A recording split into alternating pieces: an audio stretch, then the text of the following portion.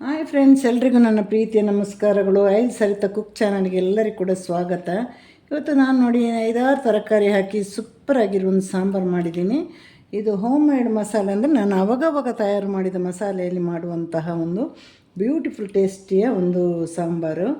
ಇವತ್ತು ನಾನು ಹಾಗೆ ತಟ್ಟೆ ಇಡ್ಲಿ ಕೂಡ ಮಾಡಿದ್ದೆ. ಆ ತಟ್ಟೆ ಇಡ್ಲಿಗೆ ಈ ಸಾಂಬಾರು ತುಂಬ ಚೆನ್ನಾಗಿರುತ್ತೆ. ಇದು ನಾವು ಮನೆಯಲ್ಲಿ ಅವಾಗವಾಗ ರೆಡಿ ಮಾಡಿಬಿಟ್ಟು ಮಾಡುವಂತಹ ಒಂದು ಒಳ್ಳೆಯ ರುಚಿಕರವಾದ ಸಾಂಬಾರು. ನಾವು ಪುಡಿಯಂತೂ ಮಾಡೋದೇ ಇಲ್ಲ ಸಾಂಬಾರಿಗೆ. ಬನ್ನಿ ನೋಡಿ ಬರುವ ನಮ್ಮ ಸಾಂಬಾರು ಹೇಗಿದೆ ಅಂತ. ಮತ್ತೆ ನೀವು ಮನೆಯಲ್ಲಿ ಮಾಡಿ ಅದನ್ನು ಹಾಗೆ ತಿಂದು ನನಗೆ ಕಮೆಂಟೆಲ್ಲ ಕೊಡಬೇಕು, ಲೈಕ್ ಕೊಡಬೇಕು, ಹಾಗೆ ನನ್ನ ಚಾನಲ್ಗೆ ಸಪೋರ್ಟ್ ಮಾಡಬೇಕು. ಬನ್ನಿ ನೋಡಿ ಬರುವ. ಈಗ ಸಾಂಬಾರಿಗೆ ಬೇಕಾದ ತರಕಾರಿಗಳನ್ನೆಲ್ಲ ನಾನು ಕಟ್ ಮಾಡಿದ್ದಾಯಿತು. ಇದರಲ್ಲಿ ಎಲ್ಲ ತರಕಾರಿ ಇದೆ, ಮಿಕ್ಸ್ ವೆಜಿಟೇಬಲ್, ನುಗ್ಗೆಕಾಯಿ, ಕ್ಯಾರೆಟ್, ಆಲೂಗಡ್ಡೆ, ಬದನೆಕಾಯಿ, ಇನ್ನು ಬೆಂಡೆಕಾಯಿ ಮಾತ್ರ ಕೊನೆಯಲ್ಲಿ ನಾವು ಸಾರು ಕುದಿಯುವಾಗ ಫ್ರೈ ಮಾಡಿ ಹಾಕಬೇಕು. ಹಾಗಾಗಿ ನಾನು ಬೆಂಡೆಕಾಯಿನ ಇವತ್ತು ತಗೊಂಡಿಲ್ಲ. ಈಗ ಮೊದಲು ನಾವು ತೊಗರಿ ಬೇಳೆನ ಬೇಯಿಸ್ಕೊಂಡು ಬರ್ತೀನಿ ನಾನು. ನೆಕ್ಸ್ಟ್ ನಾವು ಸಾಂಬಾರ್ದು ಎಲ್ಲ ರೆಡಿ ಮಾಡೋಣ. ಈಗ ಇಷ್ಟು ತರಕಾರಿಗೆ ನಾನಿಲ್ಲಿ ಇದರಲ್ಲಿ 1 ಗ್ಲಾಸ್ ತೊಗರಿಬೇಳೆ ತೊಗೊಂಡಿದ್ದೀನಿ, ಫೈನ್ ತೊಗರಿಬೇಳೆ. ಇದನ್ನೀಗ ತೊಳೆದು ನಾನು ಬೇಯಿಸ್ಕೊಂಡು ಬರ್ತೀನಿ. ನಾನು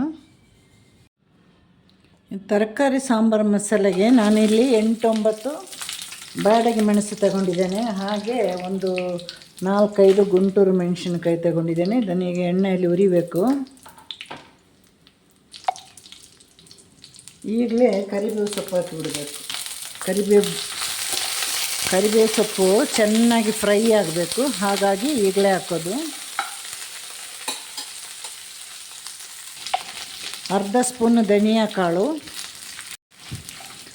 ನೀವೆಲ್ಲ ಸಾಂಬಾರು ಪುಡಿ ತಯಾರು ಮಾಡಿ ಇಡ್ತೀರ. ನಾವು ಆವಾಗ ಎಷ್ಟೆಷ್ಟು ಬೇಕೋ ಅಷ್ಟನ್ನೇ ರೆಡಿ ಮಾಡಿಕೊಂಡು ಮಾಡ್ತೀವಿ, ಅಷ್ಟೇ ವ್ಯತ್ಯಾಸ. ಇದು ಫ್ರೆಶ್ ಆಗಿರುತ್ತೆ, ಅದು ಸ್ಟಾಕ್, ಹಾಗಾಗಿ ರುಚಿಯಲ್ಲಿ ಸ್ವಲ್ಪ ವ್ಯತ್ಯಾಸ ಇದ್ದೇ ಇರುತ್ತಲ್ವ.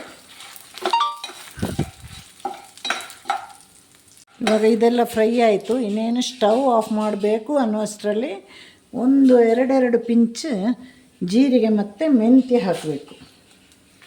ಸ್ಟವ್ ಆಫ್ ಮಾಡಬೇಕು, ಇಲ್ಲಾಂದರೆ ಸೀದೋದ್ರೆ ಕಹಿ ಬರುತ್ತೆ.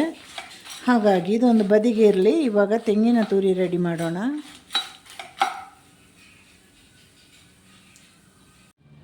ಈಗ ಫ್ರೈ ಮಾಡಿದ ಮಸಾಲೆಗೆ ಹಾಗೆ ನಾವು 1 ಕಪ್ ತೆಂಗಿನ ತುರಿ ಹಾಕೋಣ. ಇದು ರುಬ್ಬಬೇಕು. ಇವಾಗ ನೀರು ಹಾಕಿ ರುಬ್ಬಬೇಕು.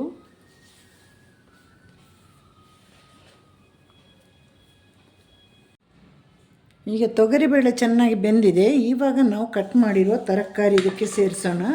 ಇದೆಲ್ಲ ಹಾಕಿ ಒಂದೇ ಬಿಸಿಲು ತಗೊಳ್ಬೇಕು, ಜಾಸ್ತಿ ತಗೊಳ್ಳೋದಿಲ್ಲ. ಜಾಸ್ತಿ ನುಗ್ಗೆಕಾಯಿ ಬೆಂದರೆ ಚೆನ್ನಾಗಿರೋದಿಲ್ಲ. ಹಾಗಾಗಿ ಈಗ ನಾನು ಇಲ್ಲಿ ನೋಡಿ ಹುಣಸೆ ಹಣ್ಣನ್ನು ನೆನೆಸಿಟ್ಟಿದ್ದೆ. ಹುಣಸೆ ಹಣ್ಣನ್ನು ನೀರು, ನಾವು ರುಬ್ಬುವಾಗ ಹುಣಸೆ ಹಣ್ಣು ಹಾಕಲ್ಲ, ಹುಣಸೆ ಹಣ್ಣನ್ನು ನೀರನ್ನ ನಾವು ಈ ಥರ ಹಾಕಬೇಕು ನೋಡಿ, ಸೋಸಿ ತೆಗಿಬೇಕು. ಸಾಂಬಾರು ಸೂಪರಾಗಿ ಬರುತ್ತೆ. ಹುಣಸೆ ಹಣ್ಣಿನ ಹಸಿ ವಾಸನೆ ಕೂಡ ಇರೋದಿಲ್ಲ, ತುಂಬ ಸೊಗಸಾಗಿ ಬರುತ್ತೆ. ನಾನು ಮಾಡೋ ಸಾಂಬಾರು ನಮ್ಮ ಮನೇಲಿ ಎಲ್ರಿಗೂ ಇಷ್ಟ, ಹಾಗಾಗಿ ನಾನು ಹೀಗೆ ಮಾಡೋದು ಸಾಂಬಾರು.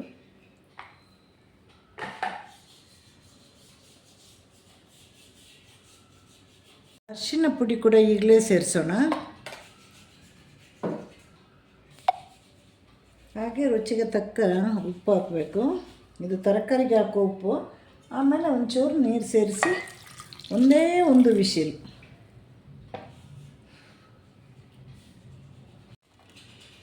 ಈಗ ಹುರಿದಿಟ್ಟ ಸಾಂಬಾರು ಮಸಾಲೆಯನ್ನು ನಾವು ಸ್ವಲ್ಪ ಒಂಚೂರು ಚಿರೋಟಿ ರವೆ ಅಳತೆಗೆ ತರಿಯಾಗಿ ನೀರು ಹಾಕಿ ರುಬ್ಬಿ ಬರುವ. ಇದರಲ್ಲಿ ತೆಂಗಿನ ತುರಿ ಮಾತ್ರ ಹುರಿದಿಲ್ಲ, ಬಾಕಿಲ್ಲ ಹುರಿದ ಮಸಾಲೆ. ಹಾಗಾಗಿ ಸಾಂಬಾರು ಸೂಪರಾಗಿ ಬರುತ್ತೆ. ಇವಾಗ ಇದಕ್ಕೆ ಸ್ವಲ್ಪ ನೀರು ಹಾಕಿ ರುಬ್ಬಿ ಬರಬೇಕು. ಈಗ ಸಾಂಬಾರು ಮಸಾಲೆ ರುಬ್ಬಿದ್ದಾಯಿತು. ಈಗ ನೋಡಿ ನಮ್ಮ ಸಾಂಬಾರು ಪದಾರ್ಥ ಎಲ್ಲ ಕೂಡ ಬೆಂದಾಯಿತು. ಈಗ ಇದರ ಜೊತೆ ನಾವು ಫ್ರೈ ಮಾಡಿದ ಬೆಂಡೆಕಾಯಿನ ಹಾಕಬೇಕು. ಇದು ಇವಾಗ ಮಸಾಲೆ ಜೊತೆ ಹಾಗೆ ಬೇಯಬೇಕು. ಹಾಗೆ ನಮ್ಮ ಮಸಾಲೆಯನ್ನು ಕೂಡ ಸೇರಿಸಿ ನೀರಿನ ಅಳತೆ ಮಾಡಿ ಇದನ್ನು ಇವಾಗ ನಾವು ಕುದೀಲಿಕ್ಕೆ ಇಡಬೇಕು. ಅಳತೆ ಮಾಡಬೇಕು. ಹಾಗೆ ನಮ್ಮ ತರಕಾರಿ ಬೇಳೆ ಎಲ್ಲವೂ ಚೆನ್ನಾಗಿ ಬೆಂದಿದೆ. ಇನ್ನು ಸಾಂಬಾರು ಕುದಿಯಾಗ ಬೇಕಂದರೆ ನೋಡಿಕೊಂಡು ಉಪ್ಪು ಹಾಕಬೇಕು. ತುಂಬ ಗಟ್ಟಿ ಇರಬಾರ್ದು, ತುಂಬ ತೆಳು ಇರಬಾರ್ದು, ಹದವಾಗಿರಬೇಕು ಸಾಂಬಾರು. ಆಗಲೇ ಸಾಂಬಾರು ಚೆನ್ನಾಗಿರೋದು. ಇವಾಗ ಸ್ವಲ್ಪ ಹಿಂಗನ್ನು ಸೇರಿಸ್ಬೇಕು, ಹಿಂಗು ಪುಡಿನ. ಈಗ 1 ಚಿಟಿಕೆ ಹಿಂಗನ್ನು ಹಾಕಬೇಕು. ಒಂದೇ ಚಿಟಿಕೆ ಸಾಕು, ಜಾಸ್ತಿ ಹಿಂಗು ವಾಸನೆ ಬರಬಾರ್ದು. ಈಗ ಚೆನ್ನಾಗಿ ಕಲಿಸ್ಬೇಕು. ನೆಕ್ಸ್ಟ್ ನಾವು ತರಕಾರಿಗೆ ಉಪ್ಪು ಹಾಕಿದ್ದೀವಿ. ಈ ಸಾಂಬಾರಿಗೆ ಸ್ವಲ್ಪ ಉಪ್ಪು ಹಾಕೋಣ, ಮತ್ತು ನೋಡಿ ಹಾಕಬೇಕು. ಇವಾಗ ಇದನ್ನು ಕುದೀಲಿಕ್ಕೆ ಬಿಡಬೇಕು, ಚೆನ್ನಾಗಿ ಕುದಿಬೇಕು. ನಮ್ಮ ಸಾಂಬಾರು ಕುದೀಲಿಕ್ಕೆ ಸ್ಟಾರ್ಟ್ ಆಗಿದೆ ನೋಡಿ. ಚೆನ್ನಾಗಿ ಇನ್ನೂ ಕುದಿಬೇಕು. ಇವಾಗ ಉಪ್ಪೆಲ್ಲ ಸರಿ ಇದೆಯಾ ಅಂತ ನೋಡಿಕೊಂಡು ಬೇಕಂದರೆ ಮತ್ತೆ ಉಪ್ಪು ಹಾಕ್ಕೊಳ್ಳಿ. ಸಾಂಬಾರು ಸ್ವಲ್ಪ ಚಪ್ಪೆ ಇದೆ, ಹಾಗಾಗಿ ನಾನು ಉಪ್ಪನ್ನು ಸೇರಿಸ್ಕೊಳ್ತಾ ಇದ್ದೀನಿ. ಸ್ವಲ್ಪ ಜಾಸ್ತಿ ಇಲ್ಲ. 2 ಸಲ ಆಗಾಗಲೇ ಉಪ್ಪು ಹಾಕಿದ್ದೀವಲ್ವ ನಾವು. ಇದು ಇನ್ನೂ ಕುದಿಬೇಕು.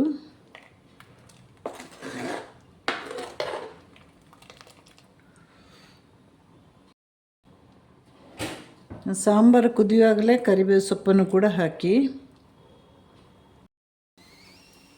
ಈಗ ನಮ್ಮ ಸಾಂಬಾರು ರೆಡಿ ಆಯಿತು. ಇದಾಗಲೇ ನಾವೀಗ ಕರಿಬೇವು ಸೊಪ್ಪು ಹಾಕಿದ್ದೀವಿ. ಕೊನೆಯಲ್ಲಿ ಬ್ಯಾಡಗಿ ಮೆಣಸು, ಸಾಸಿವೆಯಲ್ಲಿ ಒಂದು ಒಗ್ಗರಣೆ ಕೊಡೋಣ. Super sambar ready. ಎಲ್ಲರೂ ಮನೆಯಲ್ಲಿ ಮಾಡಿ ನೋಡಿ, ಹೀಗೆ ಹೋಮ್ ಮೇಡ್ ಮಸಾಲೆ ಹಾಕಿ. ಹಾಗೆ ಐದು ಸರಿತಾ ಕುಕ್ ಆ್ಯಂಡ್ ವ್ಲಾಗ್ಸಿಗೆ ನೀವೆಲ್ಲರೂ ಕೂಡ ಸಪೋರ್ಟ್ ಮಾಡಿ. ನಿಮ್ಮ ಸಪೋರ್ಟ್ ಸಹಕಾರ ಎಲ್ಲವೂ ಕೂಡ ನನ್ನ ಮೇಲೆ ಇರಲಿ.